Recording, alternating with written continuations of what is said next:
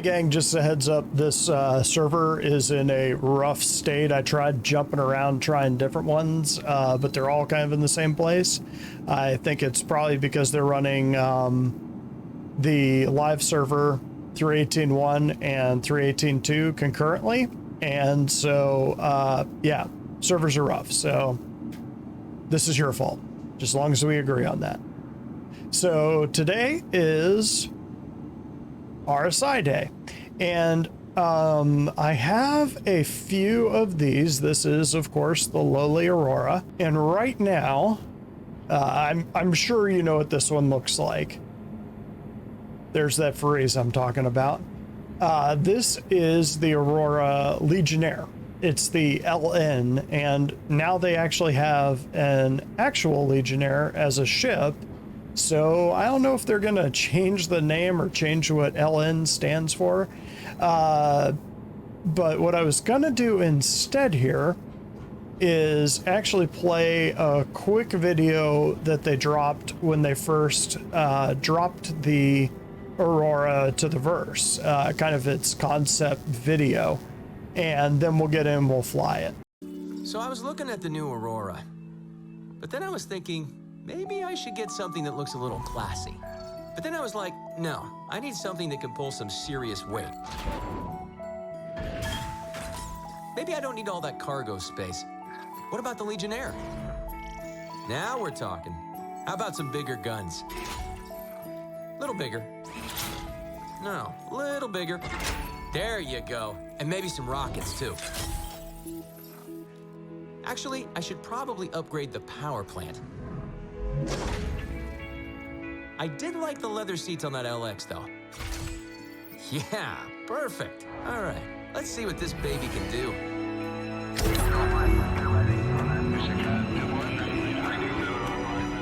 So as you could tell from that video, it almost seems like they wanted to make it modular, so that if you wanted to make the LN, you could pop on like the extra gun slots, the bigger missile slot, the bigger engine. If you wanted to make the CL, which is the clipper ship version, the cargo carrier, you could make a bigger slide rail here for that kind of thing.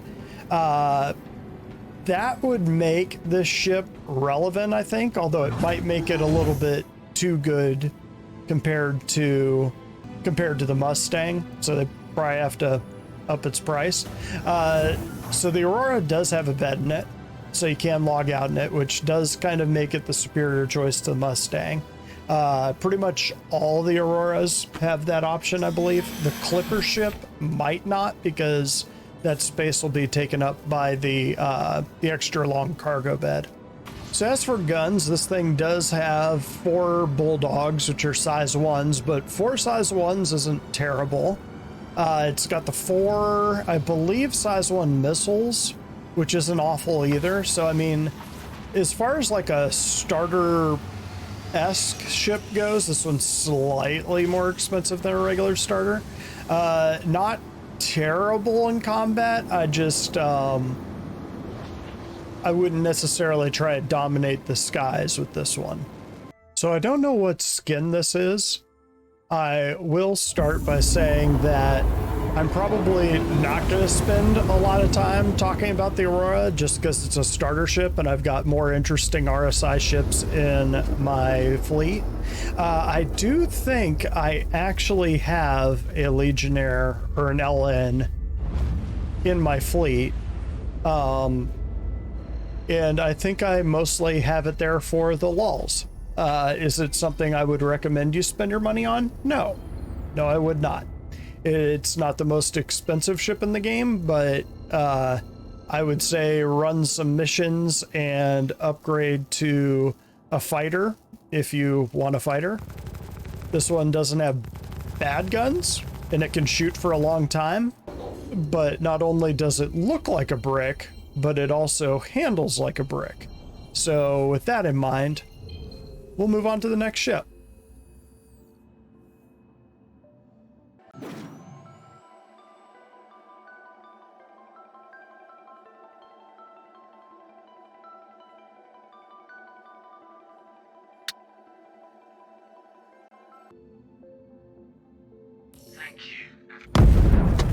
What the f? Apparently I am not the only one. Okay, and barring another lag explosion, this is another ship that is actually in my fleet. This is the constellation Andromeda, and this is the gunboat missile boat version. So it's actually got the Merlin back here. It's got 4 guns, and then you can sort of see there's an arm right there, and hard to see from this angle. Easier when we get up into space. We'll take a look when we get up there and fly. It's got a ton of missiles. Actually, I'll kind of take you on a tour. This one, in theory, is the tallest ship. This is the biggest ship you can solo, and this server is definitely having issues right now, so no promises we actually get off the ground. There are a couple quirks. This one is a little bit aged. You'll notice I'm not wearing clothes right now, and you'll notice there's an X out there. So thankfully, persistence is in the game and I can go get my body back. You'll notice that when I came up, there was an actual airlock here. That's always kind of cool. Let's go ahead and power this thing on. I'll get off so that I can show you what it looks like. There we go. Now the lights are on. A little bit easier to see. Again, the server is having like a 2-second hang up every 10 to 15 seconds, so we'll have to deal with that. So the Andromeda has a lower turret and an upper turret. You enter both of them from right here, so you can't get 2 people into the sea at the same time. You have all, not all. You have a couple of your components here. So you got your shield generators. What is this? Oh, shield generator. I guess you just have your shield generators up here. Here's your airlock. This is kind of your communal living area. You used to be able to open this table here, but it hasn't worked for a little while. I think this is the shoilet. Yeah, there's the shoilet. Again, the interior of the Constellation series is a bit dated. They had a kind of a update pass on it, I want to say in 2017. Like the Freelancer, these are both, when it goes live, they're both beds and escape pods. So, I mean, it is kind of nice that you don't have a very long trip.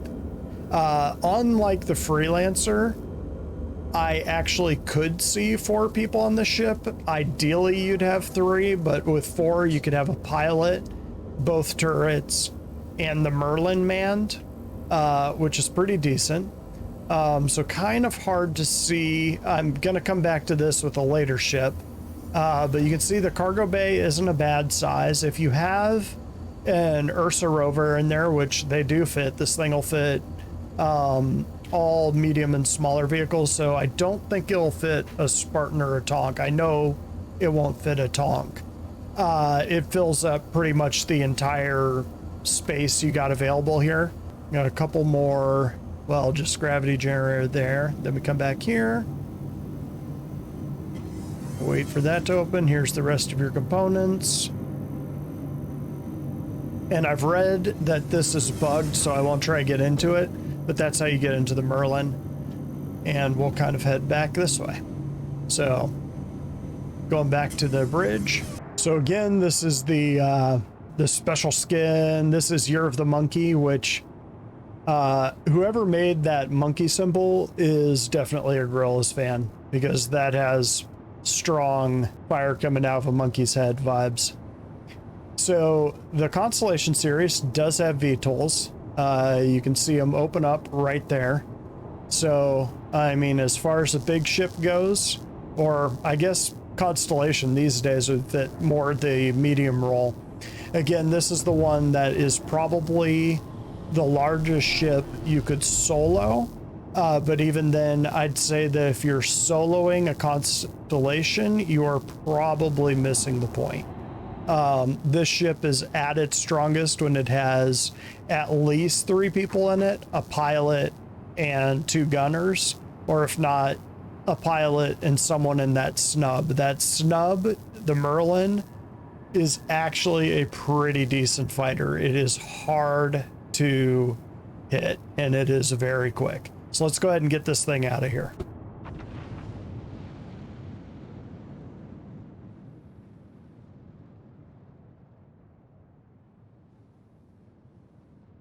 So the Connie is having a little bit of a revival lately. It's very tanky. It is not as maneuverable as or as fast as the MSR, and it doesn't have as many guns as the Corsair, but it does have some pretty hefty guns. And if I can get the missile rack to open, there, now you can see the missile. Oh, it's further back, so you can sort of see that here, I'll shut it off and back on.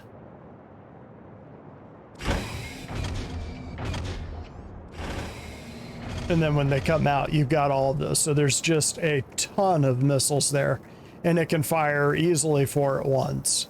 So let's go ahead and look at the missile loadout while we're going up. We got 28 marksmen, 24 strike force. So you've got 28 size 1s and 24 size 2s. That's a pretty nasty missile loadout. So let's go ahead and get this thing up and see how it handles in space.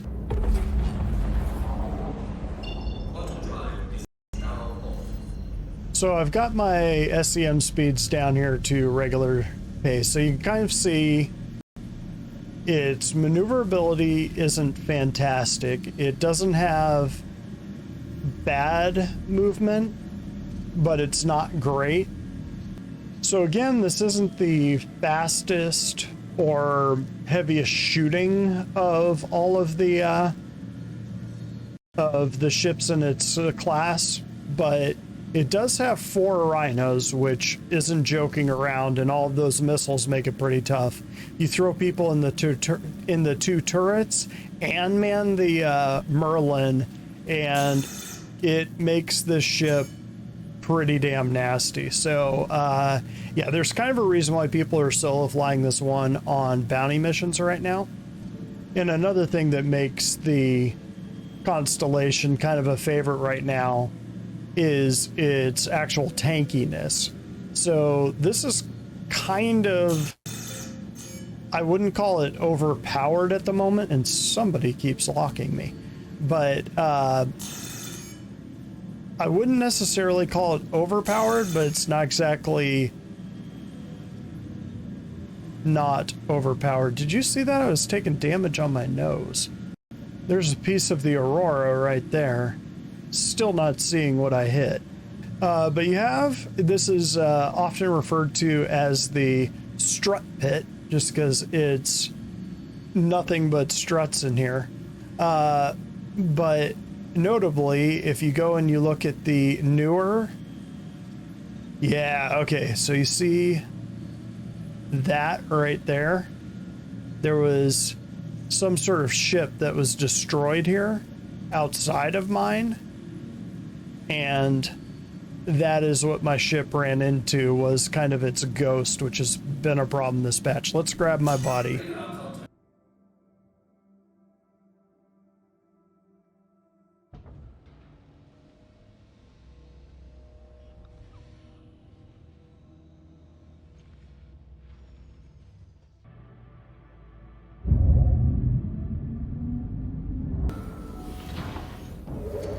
Well, this seems to think my body is in here, so let's find out.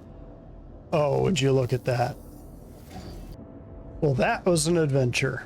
Let's get the hell out of here. Actually, I'll show you this ramp while we're here. There we go. You think they'd have these lights on in here all the time? I think that's actually an error. It did actually pick up my body. That is kind of cool. It sent me on a goose chase out 600 or almost 700 kilometers away, and there was nothing there, so Merry Christmas to me. Okay, so this Andromeda, kind of a beefcake. You really want to make it count. You can take this thing out solo. I would recommend running 2 to 3 people. 4 people is kind of optimal with this thing. But with 3, you can run bounties easy and cover all your bases and stuff. Like when I say bounties, I even mean PvP bounties. The Andromeda hits very, very hard. So I decided to put on a helmet so that I could actually light up the interiors of these things. So this, you might notice, is a different Connie, or at least a different color. This one is bright orange, so it's obviously a different kind of ship.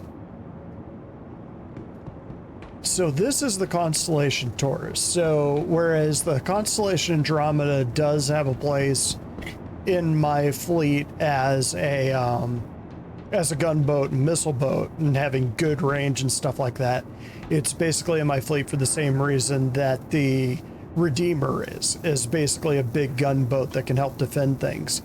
This is the constellation Taurus, and this is the cargo variant. So you might notice that back here, it doesn't have a snub hanging down. So we're going to take a quick look at the back. The front half, basically from here forward, is more or less the same, and I'll kind of go over the differences. So let's go up and take a look. So this time I'm going to pay a little bit more attention. So you can sort of see how we're in a little holding cell right here, and then it opens up. So it's an actual built-in airlock there, which is kind of cool. I'm going to see if I can open this table, but I'm pretty sure I can't. Yeah, the table used to work in the old days. So in the original constellation, there was kind of an opening here, and then like a big shower right here. So this is the actual updated version that they rolled out in 2016. But when you walked around, who was the guy? Tactical Advance had a walk around when these things were all in the hangar. Looking at some of the original ships back then is kind of a trip. But one of the reasons why the Taurus is in... okay, so the lighting in here is a little bit better. So the Taurus is ironically the simplest and the newest of the constellations. The Andromeda is the oldest. So the benefit of the Taurus is that I think it will be... Oh, here's all the missiles. I forgot to mention that. So these are all size 1s in the Taurus. Slightly undergunned compared to its brother, and I'll get to that in a second. But you can see that the cargo bay is much larger in the Taurus, and I'm thinking that this thing will be a sneaky exploration ship because you can actually fit like something Ursa rover sized and have a cargo bay that's the size of a regular constellation. So the constellation Andromeda, that's the size of its cargo bay. This thing is twice the size, so you can fit a rover in there and all the cargo a normal constellation would carry, which is kind of advantageous, and you pay for it back here. Hey, there it goes. Yeah, so I guess the ship has to be powered on, or we just had a bad lag spike. So like the other constellation, like the Andromeda, and basically the backs of the Andromeda, the Phoenix, and the Aquila are all the same. The Aquila, as opposed to having a top turret, has a scanner, which doesn't really do anything yet. But the Taurus is the only one that has this.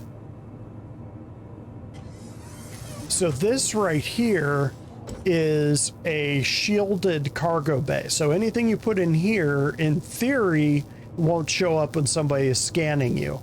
Haven't tested that yet, but that is something that will eventually work. And that's funny, there's life support panel in here, so guess you could smuggle people in here too if you wanted to. Haven't tested that. That could actually be a good thing to test. Just put like one thing of drugs in here, have a friend scan you and see if it shows up on scanner. But that's another reason why this could be a good exploration ship. So back on the bridge, you'll notice again, there is a turret there and a turret there. The difference is with the lower turret, rather than having 2 Panthers, it has a tractor beam. So won't be in this batch, but should be in 319, and at that point you can have your guy down below loading that big cargo bay back there. So let's go ahead and jump in the pilot seat. And once again, like the Andromeda, you can solo pilot this thing.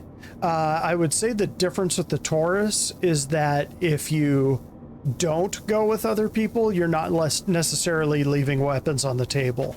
So if you don't fly with anyone else, basically what you're giving up is that turret on top and little else. Once again, you got 4 rhinos that the pilot controls. You got 24 strike force, and you just have the 24 strike force. You do not have the 28 size 1s. So you only have the size 2s, but still 24 size 2 missiles and 4 rhinos, not bad. When multi-crew gameplay gets in, this thing will probably benefit from having at least one friend on there just to kind of do the engineering things on the ship, or, help tractor cargo on or whatever. But this ship, I'd feel a lot better about somebody soloing than I would with the Andromeda. Not as powerful or tanky as the Andromeda, of course, but this one isn't a gunboat. This one's primarily a cargo transport. And this one is also the cheapest of the Connies. So if you're not sure if you want a Constellation, I'd say get into the Taurus and see if you like the way it flies. And if you do, then you can upgrade to one of the bigger, beefier Connies just to, once you kind of get your teeth cut on this thing. This is a pretty good ship. So if you're someone that was flying around in a Freelancer Max, this is a pretty good step up from the Freelancer Max. It's kind of the RSI equivalent of that. All in all, pretty good ship. You probably couldn't bounty hunt as effectively in it. But again, with 4 rhinos, it's not going to be terrible at it either. I don't think it quite has the hit points or the armor of the Andromeda. But it's a big beefy ship. So, I mean, it'll have more than a light ship anyway, if you can keep them in front of you. So other than those key differences, it's functionally identical to the Andromeda. So again, I'm not going to spend a whole lot of time hammering it into the ground. While I had the Andromeda in my fleet, basically as kind of a long-range heavy escort for the Banu Merchantman, this one is in my fleet kind of as a side hustle smuggler and as kind of a backup exploration vehicle. I could see this one doing pretty well with an exploration supercell. Or maybe a cell unto itself if you put, say, 4 people in it and really kind of bulked it up for exploration. Could kind of be a cell to itself, just to kind of go out and do sort of sneaky missions on the side. I could see it being a pretty good ship for that. The fact that it's a Constellation means that it's not easy to tangle with, and that's why this one is in my fleet, is that it can pack enough of a punch that your average group or your average single fighter probably wouldn't mess with it, but it can carry all the cargo and everything, and it's a pretty tanky ship as it is. Yeah, not today, Satan. Spawn in those. There we go.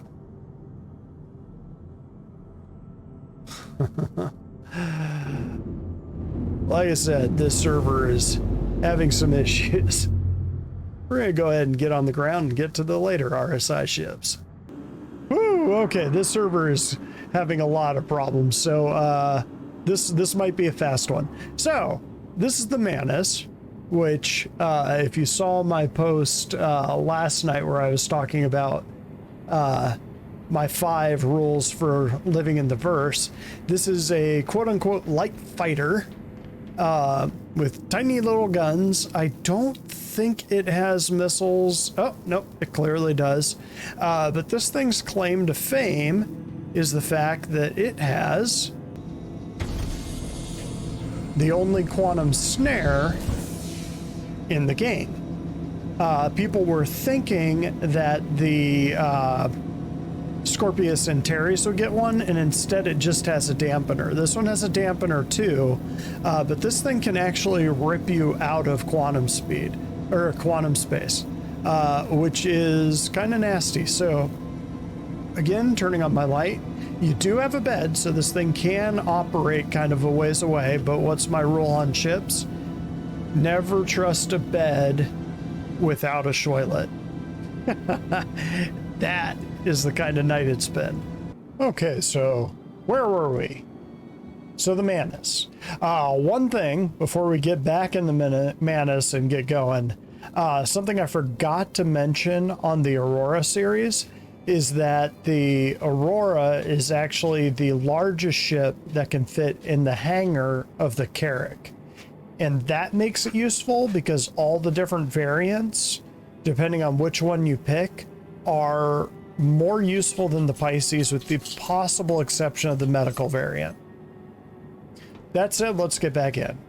So while I was waiting for the servers to come back up, I checked, and those are actually size 3 guns on the front of the Mantis. Even though this thing is fairly fast, I still wouldn't consider it a fighter.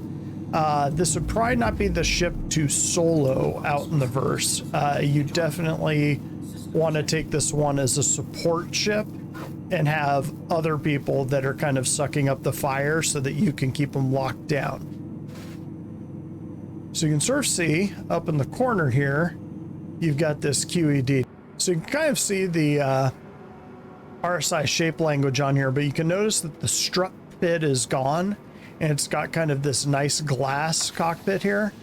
So the thought there is that when they go back and they do their gold standard pass on the Constellation series, this is probably what they'll adopt. One of the changes they made for this ship for 318 is that the ship is much faster now. So it used to be this ship would get outrun by most of the ships it was snaring. And so you kind of had a very brief window to capture your prey, and then they'd be able to outrun you. So you kind of had this little narrow window that if you and your friends could sneak in and pop the ship before it could get away, then you were fine. Otherwise, it's probably going to get away because the snare wasn't fast enough, or the dampener field on this thing wasn't able to keep up with the ship that was getting away. So you can sort of see that panel right there, that sort of ring there starts spinning around and creates this red light around it, and that creates the snare that catches people. Now, however, this thing can actually go fast enough to easily keep up with most things in the game. Hang on a second, I'm going to turn off the dampener.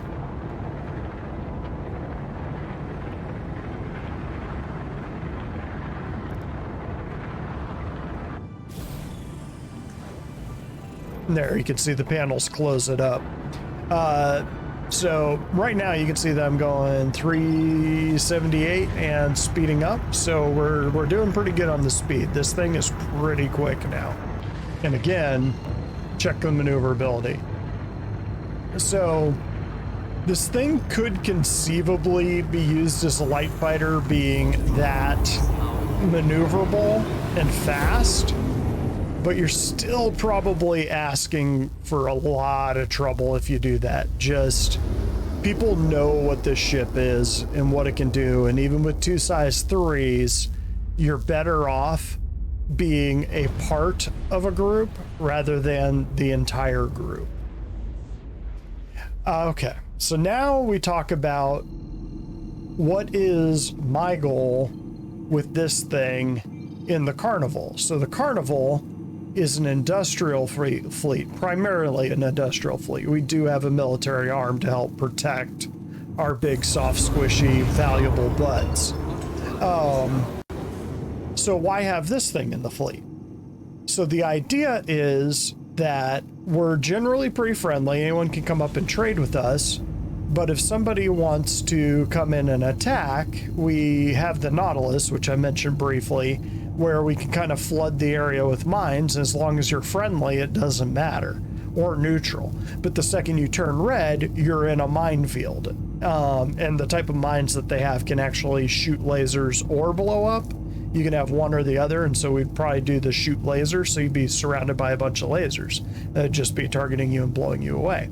The other little piece of that puzzle would be this little gem that would set up a quantum dampener field so you couldn't just jump away and escape. Then what we could do is shoot the ship that's attacking the fleet and salvage it. And possibly salvage the people inside, take their organs or whatever else, allegedly. Not that we would do that, we just could. Pretty heavy fire.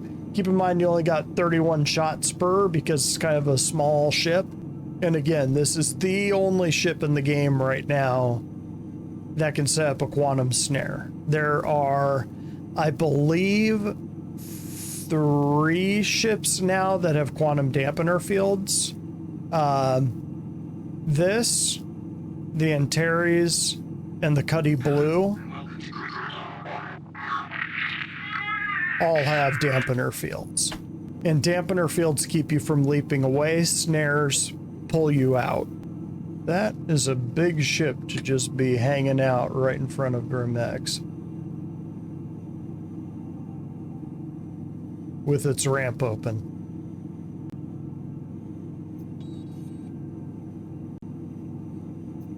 Probably. So that right there, when I say ramp up, that's what I mean. That is juicy. You could totally steal that thing, fly it out of the armistice zone, and salvage the whole thing. And there are a lot of dead ships around here. I'm gonna have to be careful when I'm flying out.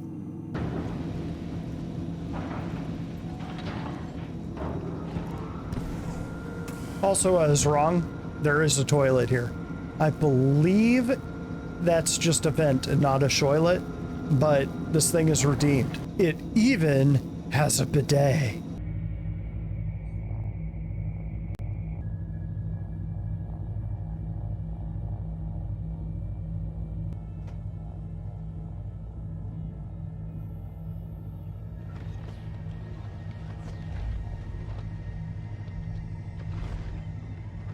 Alright, so this is our second to last ship. Second to last star sign. This one should probably look pretty familiar. They did a great job of making this thing look, at least when it's in landed, as the big brother of the Aurora. So they did a good job on that. One thing I wanted to show you was, again, note that rather than a bunch of struts, you've got like this big glass canopy here now. And granted, you've got these sort of arms that poke out to either side, kind of obstruct your view, but nothing like you get inside the constellation. So the regular Scorpius, we're going to get in the pilot's seat. This is one you can fly it solo, but a lot like the Hurricane, if you're not running this one with 2 people, you're basically leaving half the ship on the table. And you should probably just get something like an Arrow or a Gladius that's a single seat fighter. So you can see your view actually isn't that bad. I mean, you can't see down here, but it's not a gigantic deal in this game. So the back seat actually controls that turret there, and the turret can actually slide into a secondary mode where it hangs out right on the bottom of the ship, right where those green lights are. It goes down that track and hangs in there. So it can switch from being able to shoot basically everything up here on top of the ship to being able to shoot things underneath the ship and behind it. Situationally useful.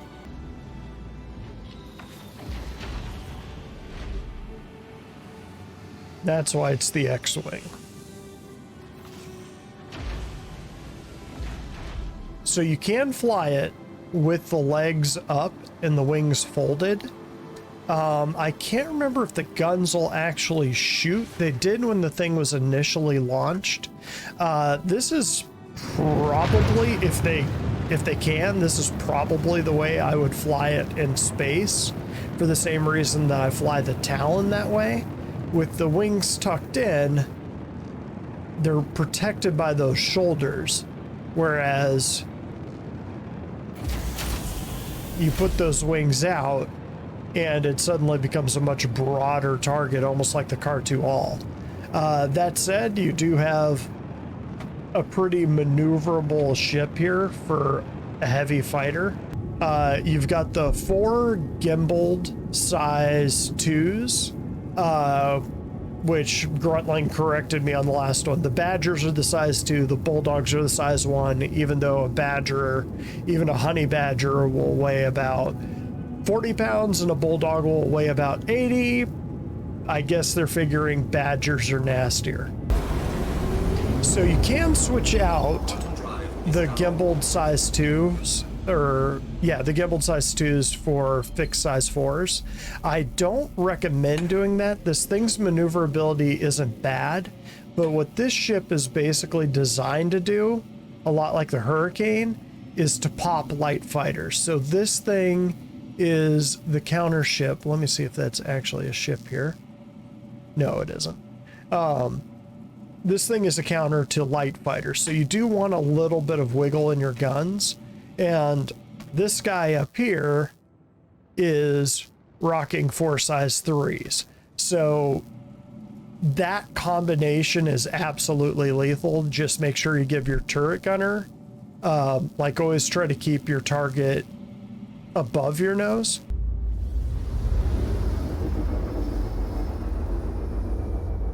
So again, roll is pretty good, pitch is pretty good, yaw is pretty good.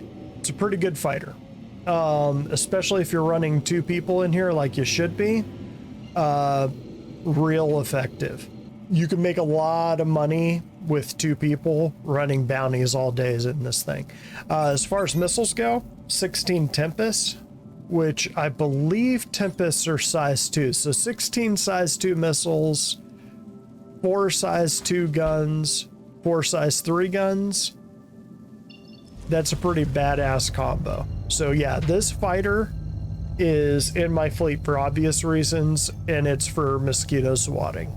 But again, like the other ships I have in my fleet, I don't plan on being a fighter pilot in this game. I plan on flying my BMN. So somebody else will probably be flying this game. This one will be gifted to either the Hounds or the Bouncers. Probably the Bouncers, just given its nature, but Bouncers can be Hounds and Hounds can be Bouncers. It's not always fixed. It's more just kind of what mode we're in at that point in time. So this ship would be a tweener. It would be good both on offense and on defense.